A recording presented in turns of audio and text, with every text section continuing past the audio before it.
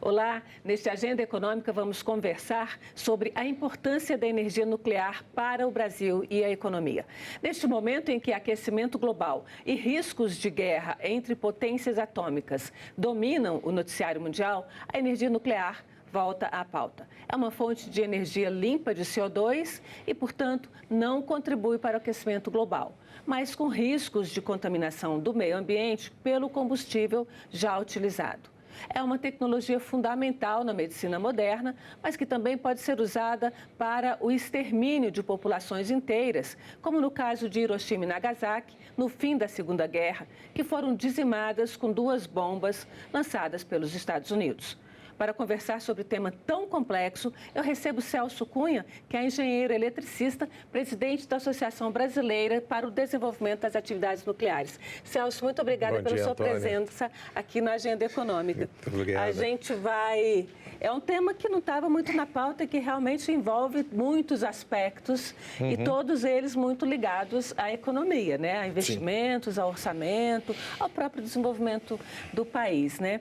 Então, eu queria começar que você falasse um pouquinho desse novo momento que a gente vive, não no mundo, mas especialmente no Brasil, da questão da energia nuclear, né, que ficou muito tempo aí fora desse debate nacional e agora volta, né? Foi, inclusive, incluída aí no programa, o Redata, aquele programa de benefícios para a construção de data centers, né? Como é que você explica essa inclusão de uma energia que muito não se falava e esse novo momento da energia nuclear? Olha, a energia nuclear, né, no mundo como um todo, né, para a gente poder trazer para a realidade do Brasil, né, ela teve um período que se construiu muito poucas usinas, né, e começou a desativar as antigas. Né?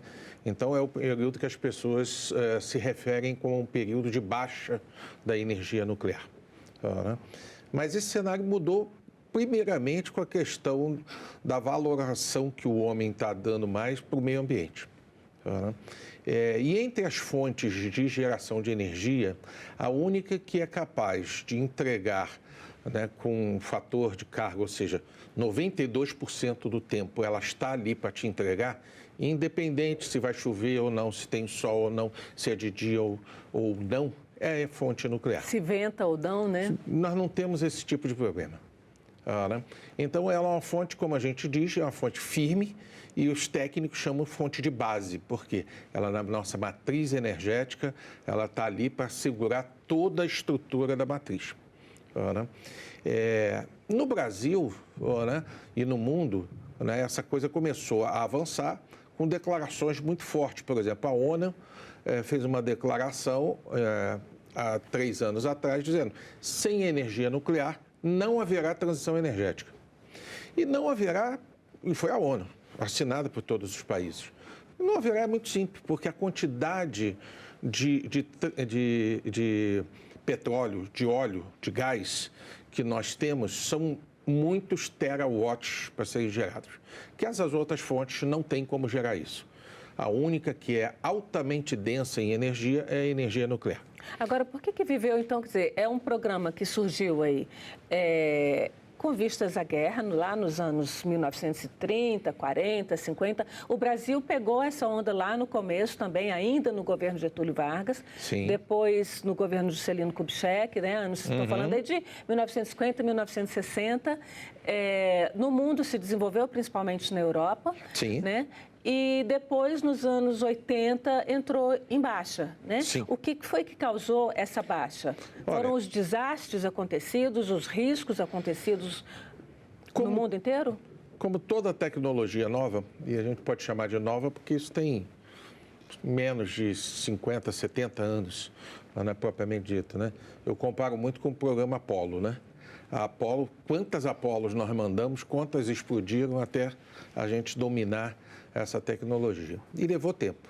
Tivemos 3 grandes acidentes na história. Three Mile nos Estados Unidos, totalmente contido, sem vazamento para a área externa. Né? Depois tivemos uma catástrofe, né? Que foi o caso de Chernobyl. Né? O desconhecimento e o despreparo das equipes era imenso. Basta te dizer que o técnico chegava lá, um médico para atender uma pessoa e botava a mão numa pessoa irradiada. E ele ficava irradiado. Né? Lembrando aqui que aquela usina não era para produzir energia. Ela tinha função de produzir material para bomba nuclear. Mas ela estava produzindo energia. Ela produzia também como subproduto. Né? Então, ali se produzia plutônio. Né? Então, tem uma variação. E houve a catástrofe e um total despreparo. E aí, o terceiro grande acidente já foi Fukushima. E aí, vamos entender a evolução disto na história, que é muito importante para a gente desmistificar essa coisa da energia nuclear. Né? Porque o ser humano foi apresentado à energia atômica através de 2 bombas, como você colocou. É a imagem que fica das pessoas. Lá em Fukushima, quantas pessoas morreram pelo acidente nuclear? Nenhuma, 0. Todas morreram em função da tsunami. Ocorreu um terremoto que derrubou as linhas de transmissão que alimentava a refrigeração, vamos colocar dessa maneira, de uma maneira simples, da usina. Entrou a segunda linha de alimentação, que era o gerador diesel, que estava no mesmo nível do mar. Aí vinha um erro de projeto. A tsunami, 3 horas depois do terremoto, chegou e varreu, bateu, colidiu de frente com a usina. O que aconteceu com a usina? Nada. Porque ela é preparada para resistir uma tsunami. Mas o gerador diesel que estava ali alimentando a refrigeração naquele momento não estava blindado, colocando dessa maneira. Varreu o gerador diesel. Aí entrou o terceiro nível de alimentação, que foi as baterias. Só que bateria dura em torno de 3 horas naquela época, bateriam de 3 horas. Então, depois de 3 horas, tem aquela imagem da gente vendo o núcleo fundir. Só que isto evoluiu. A qualquer hipótese de acidente, a Agência Internacional de Energia Atômica emite protocolos de atualização das usinas. E as usinas são obrigadas a atualizar? São obrigadas, os países são signatários de fazer isso. Então, existe o chamado Kit Fukushima, por exemplo. Então, são uma série de procedimentos que têm que ser tomados em função daquele aprendizado. Né? E as novas tecnologias, que mais na frente nós vamos conversar um pouco, né, já são elementos que a gente chama de passivo. Traduzindo numa linguagem muito simples, é o seguinte: se tiver um problema, ela desliga e você não vai ter o problema como você teve antes. A gente falou, eu falei na abertura de combustível já utilizado, mas o que se falava no popular há algum tempo atrás era resíduo, né? Sim. Quase como fosse um lixo. E aí a gente tem aqui perto de Brasília o caso que aconteceu do Césio 137 em Goiânia, né, nos anos 90 e no começo dos anos 90, que gerou um problema na região, né? E fala-se que, inclusive, até hoje não está totalmente resolvido do ponto de vista de estoque, né, de estocagem daquele resíduo radioativo. Então, eu queria que o senhor nos falasse um pouquinho sobre isso. E o Césio foi um equipamento médico. Então, aí a gente vê um outro uso da energia nuclear, que é a medicina. Olha, primeiro a gente tem que classificar, né, esse material radioativo, né, de 2 maneiras. São mais classificações, mas primeiro aquele combustível da usina. Né? O combustível que sai da usina, ele continua sendo um combustível, só que empobrecido. Ele não dá capacidade de produção de energia suficiente. Então, por isso que você troca o combustível. Mas ele é um combustível que pode ser reciclado. Então, se a gente olhar, tecnicamente, você pode reciclar isso, né, 3, 4, 5 vezes e você tem um ciclo fechado. Então, você não tem um problema de ter que armazenar aquilo, porque você tem tecnologia para enriquecer novamente aquele combustível. E que é bem bacana. Só para claro. Dar um tempinho, o Wagner, eu vou pedir para ele colocar aqui uma imagem, porque a gente não conhece, assim, não é muito divulgada a imagem das usinas brasileiras, né? Isso aqui a gente tem 3, na verdade 2 e uma em construção, Angra 1, né, que é em Angra dos Reis, as 3 são no mesmo complexo, né? Então essa é a imagem de Angra 1, diferente dessa imagem aqui na lateral, dessa chaminé que a gente vê como tradicional, as nossas não são assim, né? Não. Esse é um padrão mais europeu. Mais europeu, os Estados Unidos também usa esse padrão, né? Para nós não precisamos, por conta da tecnologia que a gente utiliza, a forma como a gente faz. Na época da tsunami lá no Japão, em Fukushima, temeu-se porque Angra também é na beira-mar, né? Sim. Por que se faz na beira-mar essas usinas? Na Europa por causa da refrigeração, né? Nós utilizamos água do mar, né, dessaliniza ela para refrigerar essa usina. E esse ciclo é um ciclo fechado e depois você devolve para a própria natureza. Por quê? Ela não tem contato com a área radioativa. Então, é uma água, né, que as pessoas tomam banho naquela região altamente controlada e tudo mais. Né? Então, as nossas usinas têm uma característica e um desempenho fabuloso. Né? Estão entre as melhores do mundo em termos de desempenho operacional, tanto Angra 1 quanto Angra 2. E que geram ali 2 gigawatts as duas, né? Com mais de 92% de disponibilidade do tempo dela produzindo energia na base firme. Para a gente ter uma ideia, eu vou pedir o Wagner para colocar a imagem também de Angra 2, né, que são as duas que estão... Que aí é uma imagem, inclusive, mais moderna, lembra um pouco as obras do Niemeyer, né, com essa cúpula, com esse fininho é a chaminé. Isso, ali é a chaminé. E que de vez em quando as pessoas veem uma fumaça branca, né, e quem não conhece acha que aquilo está um problema. Não, aquilo ali é a água evaporando. É o vapor da água. Que resfriou. Que resfriou, sai na chaminé, né, e dispersa no ar, não tem radioativo, não tem absolutamente nada. Agora, essas duas usinas geram 40% da energia do estado do Rio de Janeiro. Do estado do Rio de Janeiro, é isso? É isso. E aproximadamente 1,8% da matriz energética. Né? E durante o apagão de 2023, por conta das variações que estão acontecendo no sistema elétrico brasileiro, foram as únicas que ficaram em pé junto com as usinas a carvão.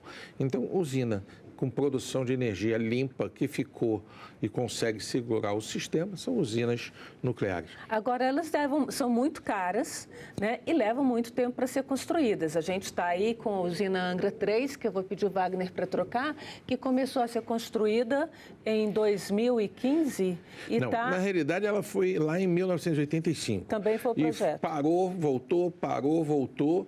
Em 2015 ela teve outro impulso e depois, há pouco tempo, também teve outro impulso. E o novo governo parou novamente as obras. Mas né? Parece que tem recurso previsto no orçamento de 2026, é isso? Os recursos que estão ali não são para conclusão. São recursos meramente para você pagar a manutenção do que está lá.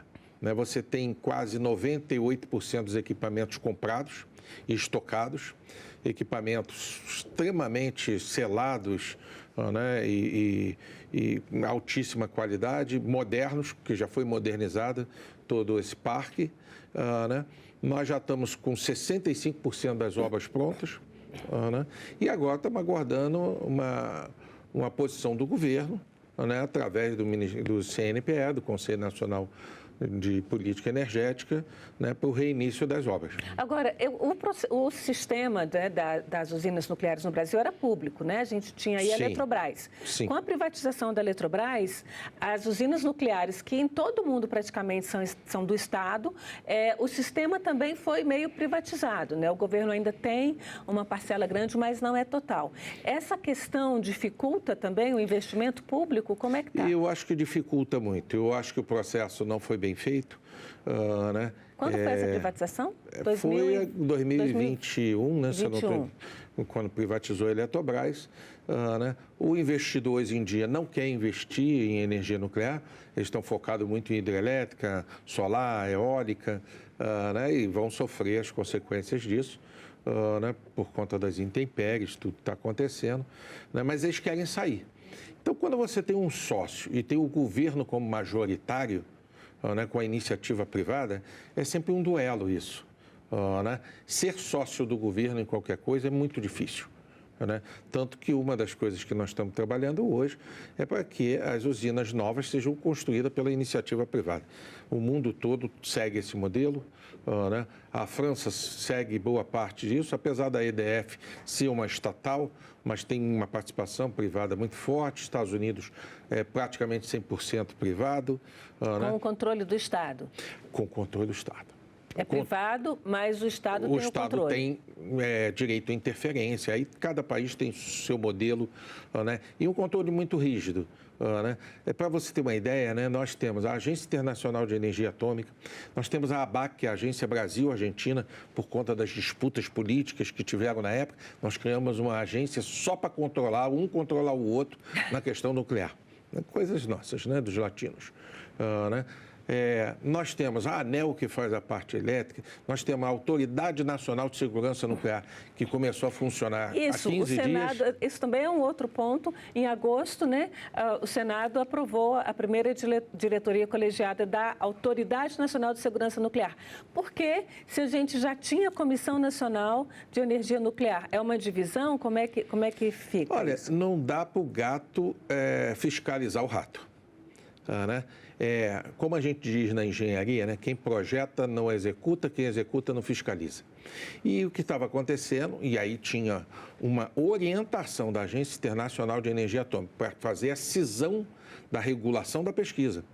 Porque a pesquisa, ela tem reatores nucleares. Quem faz a pesquisa hoje, então? A CNEM. Então vamos mostrar. É que nem os seus institutos. Vamos dividir aí essa a CNEM, os institutos, o IPEM, são vários institutos, né?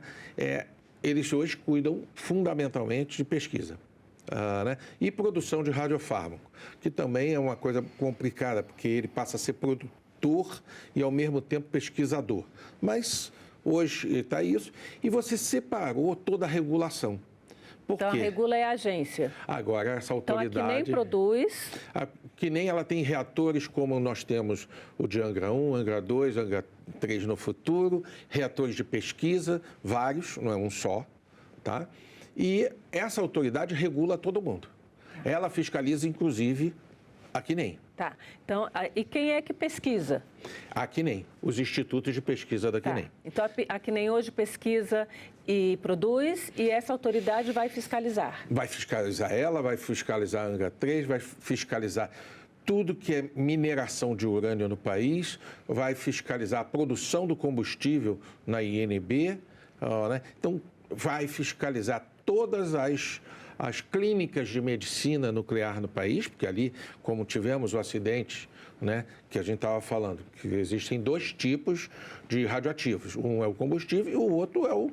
Ali, sim, são os rejeitos que saem, é a luva que você tocou, a seringa que você usou. Quando você faz, Quando você por vai exemplo, fazer com contraste, um exame com contraste, aquilo é um contraste radioativo. Radioativo. Os medicamentos todos para o tratamento de câncer e outras doenças são medicamentos radioativos. Quando a gente fala de quimioterapia, de radioterapia... A quimio não, a radioterapia. A quimio, sim. A quimio também? A quimio são elementos radioativos. Então, né? Tudo isso tem a ver com Tudo isso sai de dentro de um reator nuclear. Né? Então, esses elementos são produzidos, né? E você precisa controlar. Então, a agência, a autoridade hoje, ela é quem controla qualquer coisa relativa à tecnologia nuclear, à radiação. Né? E a gente, às vezes, fica com medo da radiação, mas se a gente comparar, por exemplo, vamos falar aqui, uma praia normal aqui, no Rio de Janeiro, né? E a gente comparar a praia de Guarapari, né? Todo mundo sabe as areias de Guarapari, que são radioativas, o pessoal passa na pele, né? Tem todo um mito. Mas ali são depósitos radioativos, que são quase 10 vezes maior do que o normal. E mesmo assim não faz mal. Então, a gente tem que saber que a radioatividade, ela também ajuda o ser humano. No dia a dia nosso, né? Eu tenho uma amiga que tem uma palestra ótima, né, que ela conta um dia a dia de um estudante, quando ele levanta, né, e vai fazer sua higiene, e ele usa lente. Né? E quando ele bota aquelas lentes antigas, aquele líquido que está ali a lente, ele foi aplicado radiação para esterilizar. Quando você come, por exemplo, manga, não a manga natural que a gente pega ali na esquina, mas muitas mangas passam por um processo de tratamento radioativo. Né? Por quê? Porque elas duram mais e não deixam nada, muito pelo contrário, é benéfico, porque você mata uma série de patógenos que tem ali. Cebola, e aí vai, a gente pode falar. Então, no nosso dia a dia, o pneu do nosso carro, né, passa por um processo de radiação. Por quê? Para ele ficar mais resistente. Né? Fio, né? Ele também passa por um processo desse. Aí um número enorme que a gente tem que dar uma outra palestra só sobre isso. E a gente, infelizmente, não vai ter esse tempo não hoje. Até o Wagner já colocou as imagens que são muito bonitas aqui das 3 usinas, né? Sim. São umas obras de engenharia muito interessantes. Não sei como é que vai ficar essa aqui no fim. Agora, o fato é, a energia nuclear retoma um papel na economia do país. O governo incluiu no REDATA, né, que é aí para a construção de data centers, que são hoje uma fonte de debate por o consumo excessivo de energia e de água, né? E o que a energia nuclear poderia, por exemplo, reduzir em termos de consumo de energia ou ser benéfica no caso da produção de data center, que hoje é fundamental se o país realmente quiser se desenvolver? Olha, se a gente olhar no mundo o que está acontecendo para alimentar esses data centers, quem está assumindo a pungência do processo é a energia nuclear. Os grandes grupos, Google, Microsoft, todos estão pegando, né, e construindo usinas nucleares. Está se preferindo usar o que a gente chama de pequenos reatores modulares, que é a grande tecnologia de produção de energia em massa disruptiva, né, comparada com qualquer outra. Né? Por quê? Porque você, num pequeno espaço, você produz muita energia, é altamente seguro, a gente não vai ver o que viu em Fukushima, porque são elementos passivos, como a gente chama, eles desarmam, então não tem aquilo, o volume de combustível é muito menor. E a gente, em alguns modelos, a gente fica até 10 anos sem abastecer. As nossas usinas, né, praticamente todo ano a gente troca uma parte do combustível, não integral. Essas usinas chegam a ficar 10 anos. Então eu posso, por exemplo, alimentar com um microreator, não com um reator desse de SMR, que já é um pouco maior, ele vai até 300 mega, né, mas com uma comunidade isolada. Né? E por que isso não é feito? A gente não domina essa tecnologia, a gente tem empresas de engenharia, nós já tivemos, mas a gente tem nós temos o know-how, empresas... temos capacidade, precisamos agora que o governo assuma o seu papel, né, e acreditamos que precisamos mudar o marco legal desse setor, né, para uma entrada da iniciativa privada efetivamente, como acontece pelo mundo todo. E o país, né, o país controlar isso de perto. Você veja, vou lhe dar um exemplo econômico, né, já que estamos no painel aqui falando um pouco de economia. Para cada R$1 que a gente investe, retorna R$3,8. Né? Ou seja, uma usina dessa de grande porte, ela custa em torno de 5 bilhões. Então, retorna... De reais? De dólares. De dólares. Isso você multiplica por 3,8. Para facilitar a nossa vida, 4. Sim. Então, estamos falando de um retorno de 20 bilhões. Isso ao longo da vida útil dela ou... Isso só no investimento. Entendi. Só no investimento. Cadeia produtiva. Isso é um trabalho feito pela Fundação Getúlio Vargas, do Rio de Janeiro, que demonstrou a cadeia produtiva toda e a taxa de retorno do investimento que acontece. Né? Se a gente olhar, por exemplo, produção do combustível propriamente dito, isso começa lá na mina, que você extrai o urânio. Né? Nós temos uma mina, ontem teve no Congresso, né, uma audiência pública falando sobre a mina de Santa Quitéria. O senhor falou ontem, a gente está gravando no dia 1º de outubro esse programa, então eu queria que o senhor nos falasse, Santa Quitéria no Ceará, mas a gente sempre teve a extração na Bahia e tem alguma coisa em Minas também, é aí que a gente tem nesses Na realidade, lugares? Nós temos na Bahia e temos apontado para... quando o IBAMA der a licença, Santa Quitéria. Mas nós temos aí mais uns 10 locais no país, no mínimo, porque nós somos a 7ª maior reserva do mundo, de acordo com os dados da World Nuclear Association. Né?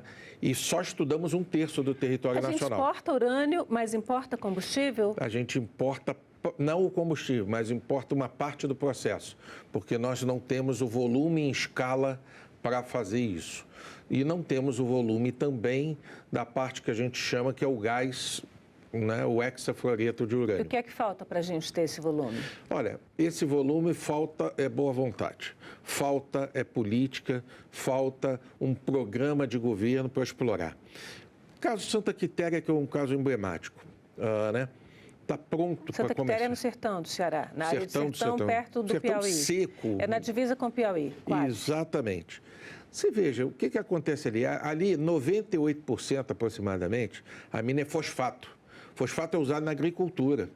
Nós importamos quase todo o adubo do país. Né? Nós íamos reduzir em 5% o volume total de importação com produção nacional, de algo que é estratégico para o país, porque, afinal, a agricultura é estratégica para o nosso país. Né? Nós, com Santa Quitéria e mais Caetité, na Bahia, que é a outra mina que está lá, somos capazes de abastecer a usina de Angra 1, Angra 2, Angra 3, e ainda sobra para vender no mercado internacional, que já começa a faltar combustível. Por quê? Porque o crescimento está na taxa de 10% ao ano. Então, nós temos um crescimento da energia nuclear no mundo por conta das questões climáticas, questões de segurança nacional, e aí segurança passa por todos os temas, alimentação, vários temas que são transversais. Né? Isso está crescendo no mundo aceleradamente.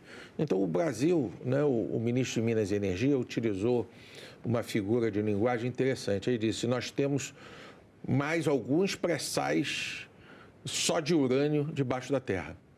Mas nós temos que botar isso para fora e temos que transformar isso em riqueza. Fechando a nossa conversa, o que o Congresso pode ajudar nesse sentido? E eu acho que a maior questão agora, nesse momento, né, primeiro, em relação a Santa Quitéria, é pressionar para essa licença sair. Né? A audiência pública mostrou que a gente está muito perto de ter isso. Né? E eu acho que é possível anunciar até o final do ano isso. Muito obrigada pela sua presença, doutor Celso, aqui no Agenda Econômica. E vamos continuar, porque essa é a primeira conversa de um assunto realmente muito complexo e muito amplo, né? Muito obrigada. Obrigado a você, obrigado a todos os ouvintes. Estou à disposição sempre. E agradeço também a você que nos acompanhou até aqui. Este programa está no site senado.leg.br/TV e no canal da TV Senado no YouTube. Curta o programa e inscreva-se no canal. Até o próximo Agenda Econômica.